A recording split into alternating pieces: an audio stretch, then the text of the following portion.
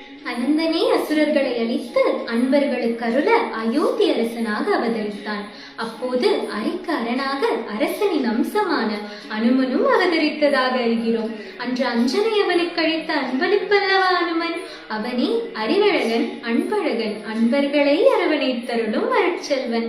அயோத்தி அடவேறு அம்மிதலை அரசவையில் அரசனின் அரியவில்லை அடக்கி அன்பும் அடக்கமும் அங்கங்களாக அமைந்த அழகியை அடைந்தான். அருகனையில் அமரும் அருகதை அண்ணனாகிய அனந்தராமனுக்கே அப்படி இருக்க, அந்தோ அக்கைகேயி அசூயையால் அயோத்தி அரசனுக்கும் அடங்காமல் அநியாயமாக அவனை அரண்யத்திற்கு அனுப்பினாள். அங்கேயும் அபாயம். அசுரர்களின் அரசன் அன்னையின் அழகில் அறிவிழந்து அபலையை அபகரித்தான். அத்தசமுகனின் அக்கிரமங்களுக்கும் மட்டூழியங்களுக்கும் அளவில்லை. அயோத்தி அண்ணல் அன்னை அங்கிருந்து அகன்றதால் அடைந்த அவதிக்கும் அளவில்லை.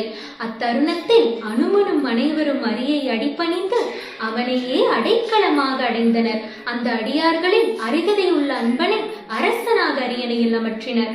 அடுத்த வாணர் அனைவரும் அவனியில் அங்கும் இங்கும் அலைந்தனர், அலசினர். அனுமன் அலைக்கடலை அலட்சியமாக அடியெடுத்து அழந்த அக்கரையை அடைந்தான். அசோக மரத்தின் அடியில் அரக்கிகள் அயன்றிருக்க அன்னையை அடிபணிந்து அண்ணலின் அடையாளமான கணையாளியை அவளிடம் அளித்தான். அன்னை அனுபவித்த அளவற்ற அவதிகள் அநேகமாக அணைந்தன. அன்னையின் அன்பையும் அருளாட்சியையும் அக்கணமே அடைந்தான் அனுமன். அடுத்த அந்த அரக்கர்களின் அரண்களை அகந்தைகளை அடியோடு அக்கினியால் அளித்த அனுமனின் அட்டகாசம் அசாத்தியமான அதிசாகசம். அனந்தராமன் அலைக்கடலின் அதிபதியை அடக்கி அதிசயமான அணையை அமைத்து அக்கரையை அடைந்தான். அரக்கன் அத்தசமுகனை அமரில் அயனில் அஸ்திரத்தால் அளித்தான். அக்கினியில் அயராமல் அர்ப்பணித்த அன்னை அவள் அதி அற்புதமாய் அண்ணலை அடைந்தான். அன்னையுடன் அயோத்தியை அடைந்து அரியணையில் அமர்ந்து அருளினார்.